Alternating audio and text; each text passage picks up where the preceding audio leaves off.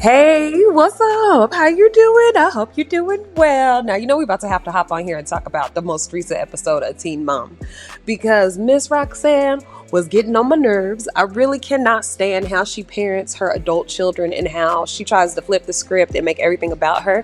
What I did love about this episode was seeing the therapy session, the after effects of the therapy session between Catelynn and Miss April and Amber on here. Amber on here in couples therapy, and I said, oh, this is the one we've been waiting on. So what's up, my friends, and welcome back once again to the Just Case and Brand.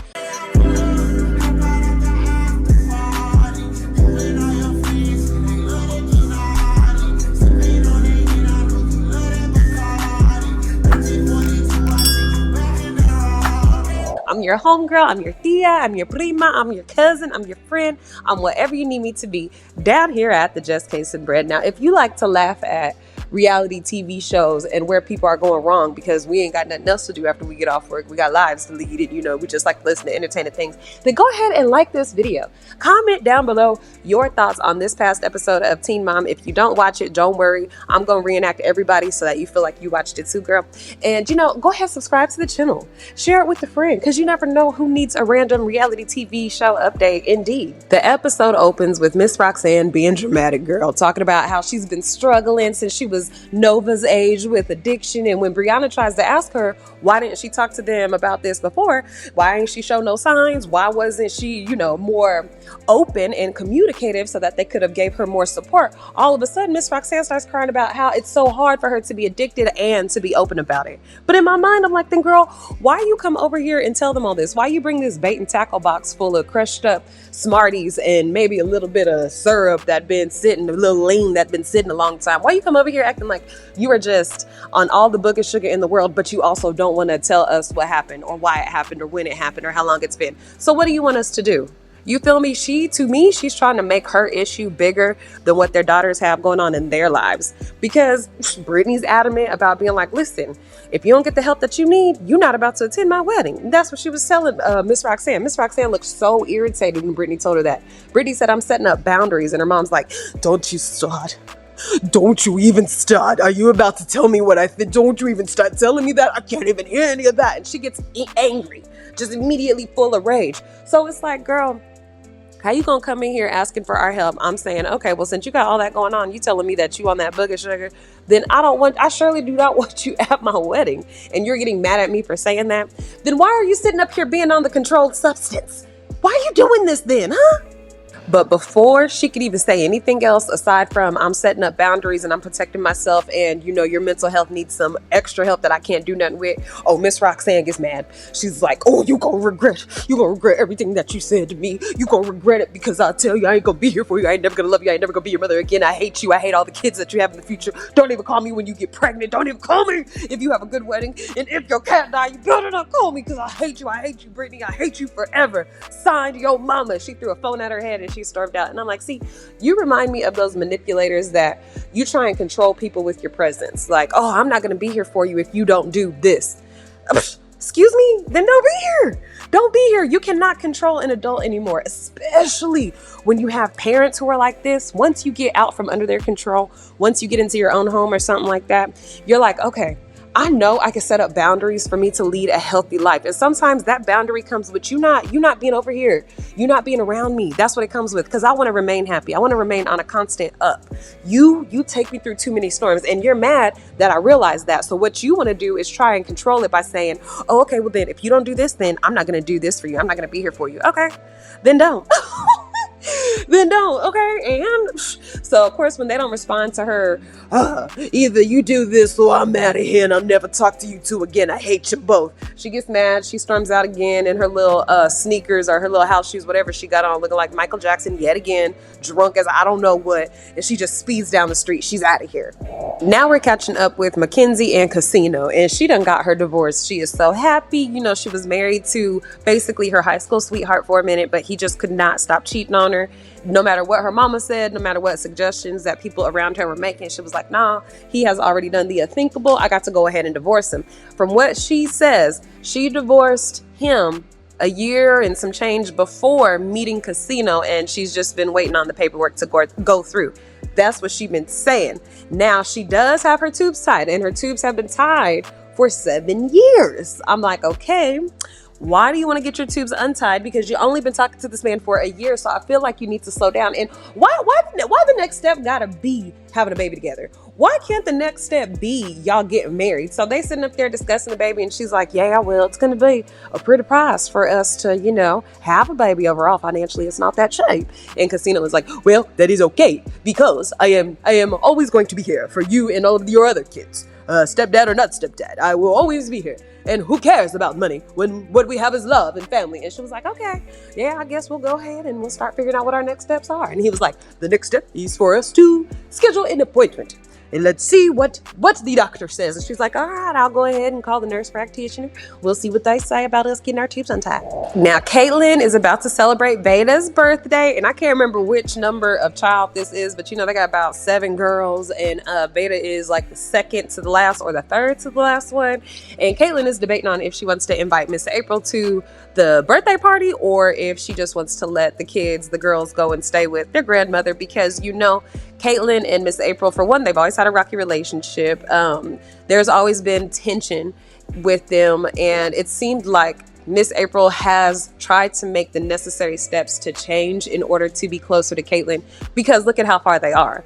From the last episode before last, I noticed there was some sort of a relationship between them because Catelynn trusted her mom enough to be someone she depended on very heavily to watch her children until she started to drink at a visitation for their eldest daughter who's adopted now. She started to drink at that visitation, and that made her upset, and that's when they had to separate. So there was some sort of a relationship and a foundation that had been built, and I don't believe it would have been built unless Miss April was willing to change. So now to see this episode and to see them repairing their relationship based off another issue that they have faced, it's beautiful. I like to see moms trying. I like to see moms admitting when they're wrong and being like, daughter, I want to be here for you.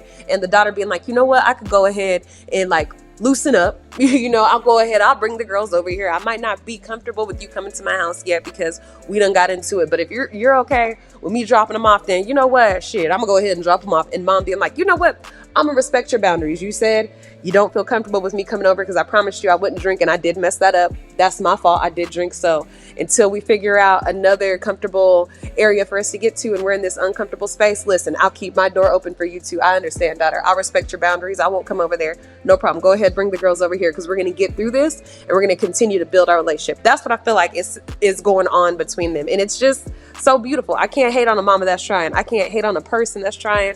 I can't hate on nobody that's trying in a relationship. Man, woman, dog, goat. I don't care what it is. I cannot get mad at someone for trying. Guess who appears on the episode? That's right, Missing Gary. So he comes into Amber's kitchen and he has a bag of groceries. He got some chorizo, some eggs, some cheese, and she's standing there looking like she just did a hit of LSD in a loose shirt and ruffled hair with her stomach hanging out.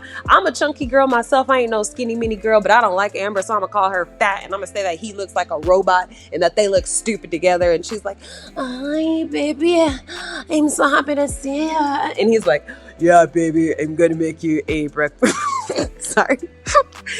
Yeah, baby, I'm gonna make you a breakfast burrito and I'm gonna also get your wine. Now, a part of me was like, I know that's right, because who doesn't love a good breakfast burrito and a glass of wine in the morning? Start your day off right, get you ready for whatever you got to endure, you know what I'm saying? Because sometimes you just got to loosen up before it's time to go to the job. That's just something that you got to do. But anyway, I digress. On the flip side, I'm like, yeah, go ahead and feed this manic, depressive, bipolar, schizophrenic lady some wine. Yes, give her some wine and see what she do to you. Go ahead. So he makes her a nice looking chorizo burrito that did look good. I was like, okay, he cooking stuff. He put some cilantro up on that mug. Okay. Now I seen the outline of him, in the last video we did about him. I seen the outline. I'm not mad about it. Hey, you can good. Okay. I mean, you might look like a robot. I'd have to tell him, hey, grow your damn eyebrows back here and put a mustache on. I don't care if it's real or fake. And if it's lace, it better look right. Might have to say something like that to him, but he cooking and stuff. I said, okay, girl. And he's willing to be patient with your crazy ass. I said, oh, girl, you got a winner chicken dinner. It's very hard to find a man who is willing to be calm and patient and just cooperate with you and with your crazy days. That's very hard. But in return, you got to start lessening the crazy. Because when do her excuses stop? Everything, I'm manic, I'm bipolar. That's what it is. That's why I'm being this crazy. But anyway, I digress yet again. So the next day, her homegirl Lexi comes in, and Lexi, let me tell you something. Lexi, you need to be more honest with your friend. And I'm very disappointed in your friendship etiquette, because as a friend, you got to learn your friend enough to know how to tell them the truth about themselves. Because ain't no way I'd have a homegirl who ain't got consistent custody or consistent scheduling or visitation with her daughter. And I'm listening to her talk about how her and this man are taking it slow. That's what Amber telling her. We're just taking out really slow. Lexi like, okay, so has he been married before? Yeah, but he's been divorced. And I feel like I've been married 5 times. You mother-sucking floozy. That's what you are. A mother-sucking rabbit head floozy. That's what you are. Because you ain't been married and divorced 5 times. You just trying to be like, oh, you've been married 1 time. I've been married 107 times. Oh, your mom used to whip you. Well, my mom used to kill me and bring me back. Oh, you didn't have a dad. Well, guess what? I didn't even know that I was born from a test tube, not even a real man. Like, she always got to one-up her stuff so that she's more understanding and more just like, girl, shut up. And Lexi, you should have been like, girl, that's crazy. So he been divorced. So what you gonna do about Leah and them? You know, school year getting ready to start. What you been thinking when it concerns that? Have you reached out to her since little birthday party yesterday? You ain't said nothing to her? That's what you need to be doing as a real friend. And if she get mad at you, hey, don't bring up my daughter, okay? Because I can talk about my daughter if I want to. I'd be like, hey girl, I'm just asking. But Lexi don't do none of that. She just listens to her say, we're working on us as a couple, and he understands that I am crazy. So the other day, he seen me get manic. I got so crazy, I blacked out. It's like I literally put duct tape in a bandana around my eyes and blacked out and started punching in the air. And then I took the bandana off my eyes and I realized, oh, I didn't black out. I really put bandanas around my eyes and started to punch, but I punched Gary. So we're going to couples therapy so we can figure out what's wrong with our relationship. No, Amber. No, Amber, ain't nothing wrong with your relationship. There's everything wrong with you. You the problem. You need to go to treatment. You don't need to go to therapy. You need to go to treatment. You and Miss Roxanne need to be in the same program. Because y'all both, out of nowhere, y'all just love to be on some sort of craziness. Y'all need to go to the same treatment program that's called Narcissism Anonymous, how to get the help you need so you don't get on the nerves of the people who love you. That's what y'all need to go and do together.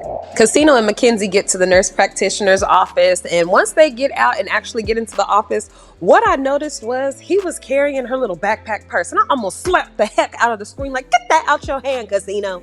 If she asks you, can you carry my purse for me, girl? If you don't stick that ID in your back pocket, I might carry your phone, but ain't no way I'm about to carry this little purse. If I'm a man, girl, or a girl, man, there ain't no way I'm about to carry my girl's purse. No, I'm not doing it.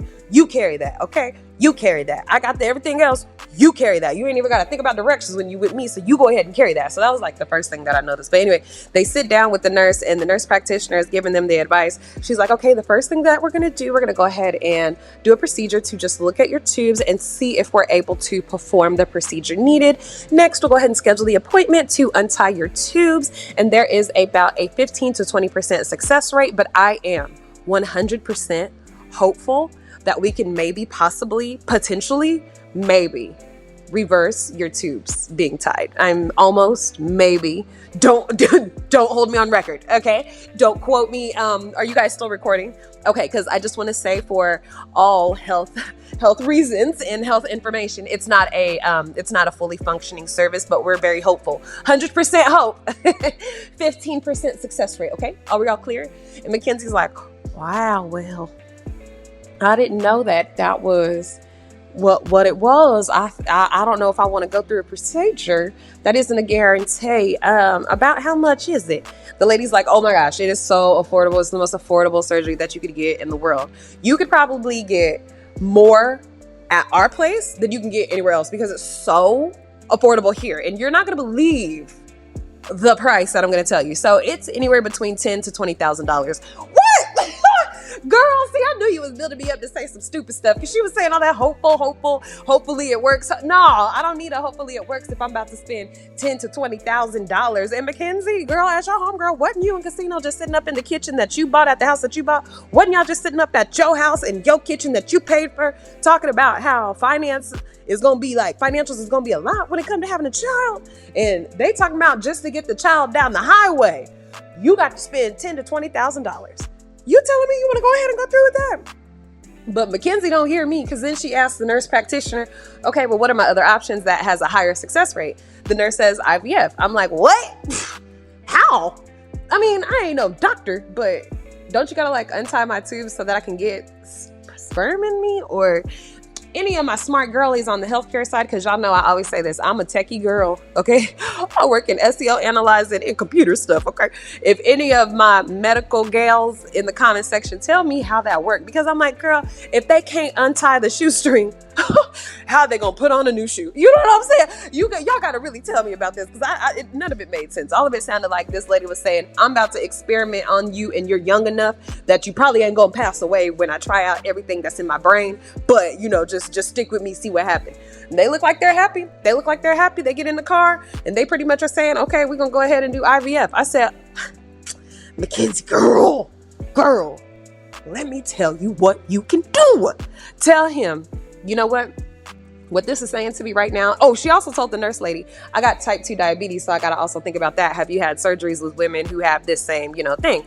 The nurse is like, yeah, no problem. We can handle that, blah, blah, blah. So, but what she needed to tell Casino is, listen, what we could do, babe, while I get my diabetes under a control that I really enjoy, and while we save up for the money to go through the steps that we need to go through, we should go ahead and get married. We could solidify our union. We could work on our relationship. Since my kids are bigger, they can go and stay with their dad for extended periods of time. So we could really build our relationship, just you and me. We ain't got to put a baby in the mix right now, because a baby is more permanent than a marriage. I don't care what nobody say. A baby is more permanent than marriage. And I would make sure to put my foot down right there, because your body is about to have to go through all of this. And all you have to do is sit there and be a helping hand and a cheerleader. Woohoo, woohoo. Your body, your emotions, your mind, your will. Everything has to go through all of these changes so that you can have a baby, while he just sits there and like cheers you on. So girl, you better make sure your demands are clear, and you better make sure that whatever he's getting out of the deal, you're getting something out of the deal too. This is not just about sacrificing your body for him. No. He need to be sacrificing something too. To me, everything is pointing to they need to slow down. And if you want to have a child by me, then guess what? You're gonna have to marry me, sir. That's what it is. We're not about to have this life commitment with this human being and you're not married to me, especially when we got to spend all of this money. I feel so sorry for Brianna. So she's basically being put in a position of choosing who to be concerned for. And she's sitting on her couch and she's like, I understand that I have 2 girls. I understand that I am a mother. I get all of that. And I understand that I can't put my mom above my girls, but I can't believe I feel like I should. I can't believe I feel like I should make my mother my priority. But I know that I can't, because logically speaking, I'm a mother and I got to take care of my kids, so I can't. And we're watching her visually battle that pain. And on top of that, Brittany and her are talking, and Brittany points out how their mom helps Brianna so much more than even the baby daddies. Now, I knew the chunky, light-skinned baby daddy. I knew the fat one wasn't going to be a no help. I knew that. Once they had that baby, I knew he wasn't going to be a no help. He acted like he couldn't show up for nothing. He couldn't show up to McDonald's to buy fries when she was the one paying for him. He couldn't show up for nothing. But Devon, Raheem, Devon, whatever her other baby daddy name is, I thought for sure he was going to be of at least a little extra help, because you sure was popping up at the bachelor parties and the weddings and everything for Jade and them.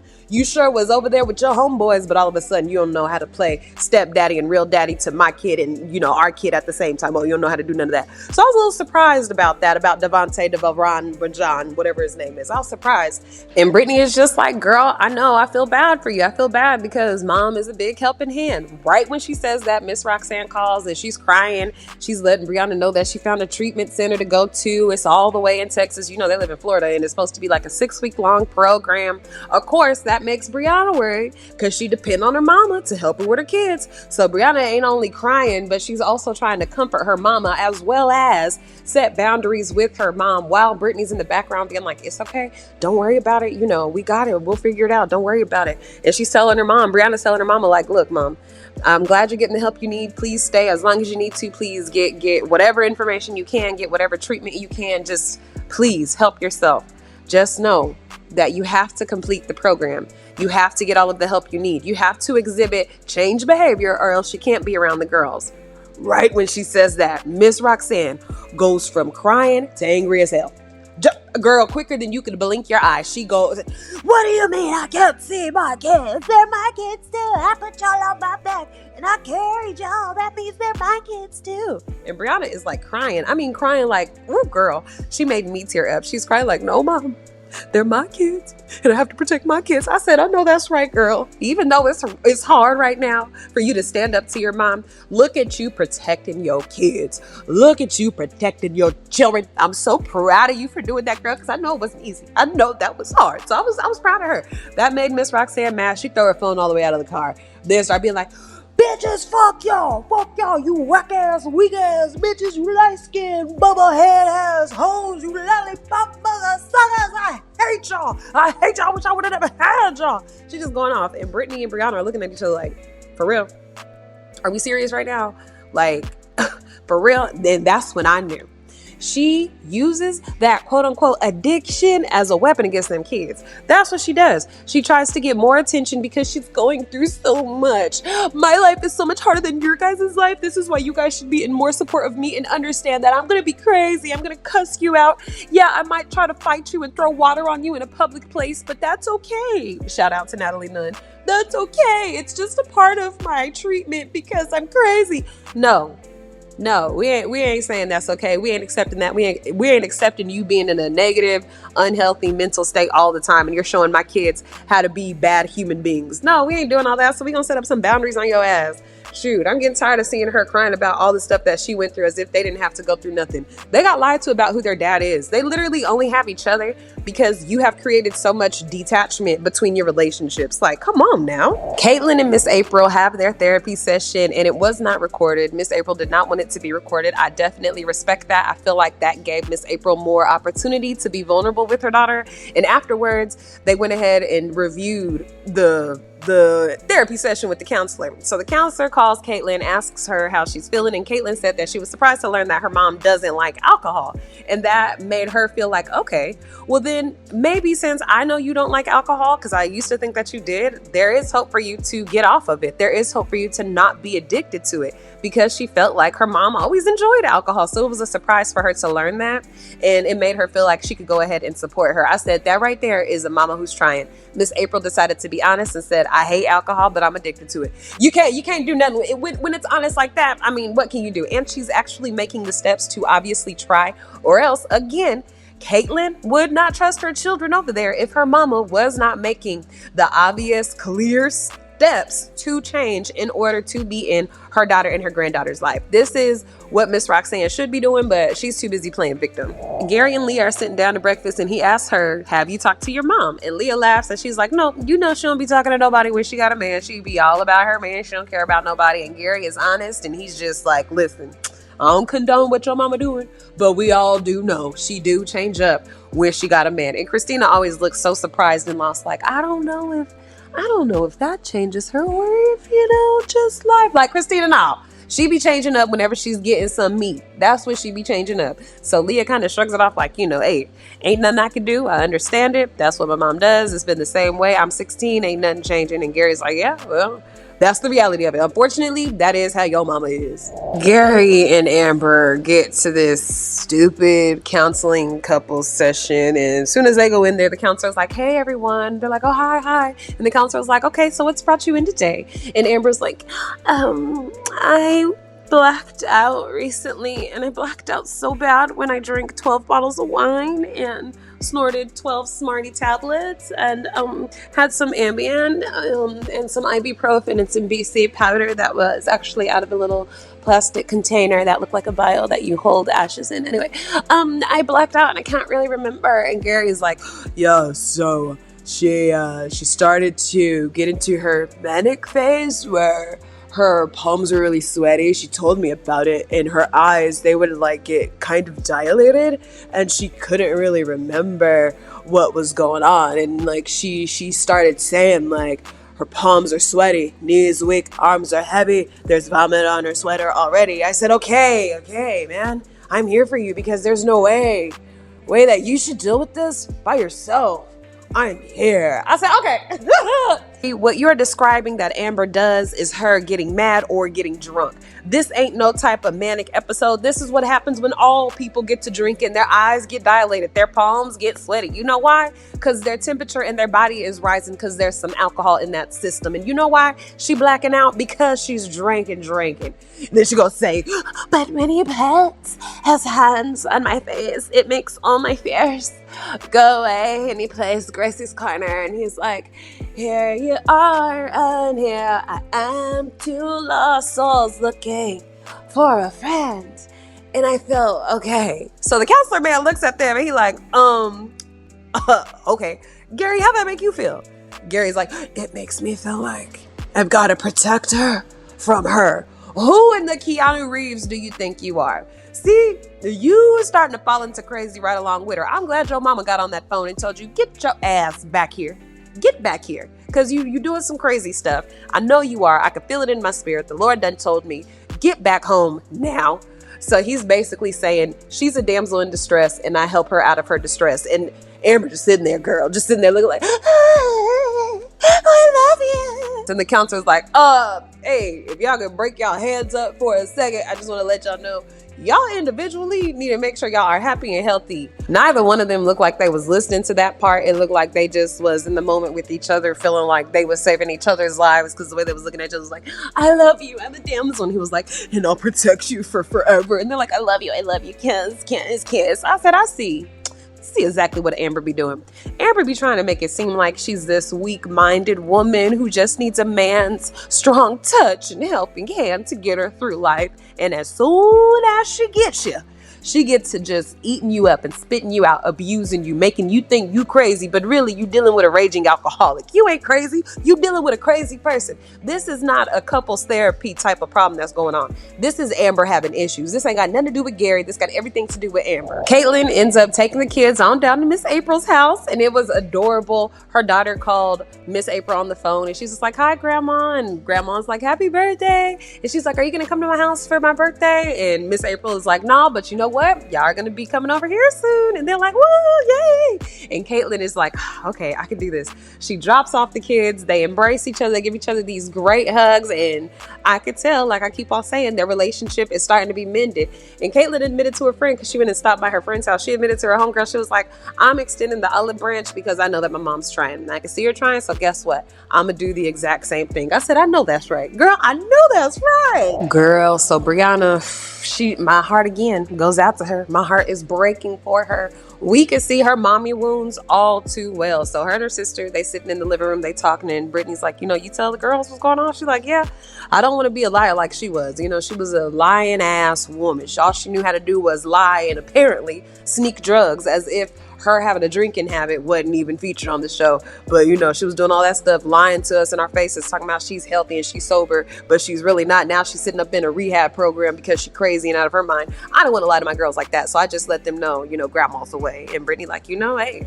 I respect what you did. I respect you trying to protect your girls' feelings. I respect you being honest with them. I respect you setting up boundaries and letting mom know she can't play these games over this way. Then they dapped each other up and was like, blood in, no money out. And I was like, I know that's right. But my heart goes out to Brianna. Them mommy wounds is real. She's literally stuck in a position of knowing that she wants to have her mom. She needs her mom. She needs her mom to be in her corner, needs her mom's help for the smallest things, like tell me how to do this when it comes to saving on my groceries, or teach me how to barbecue, or teach me how to do this.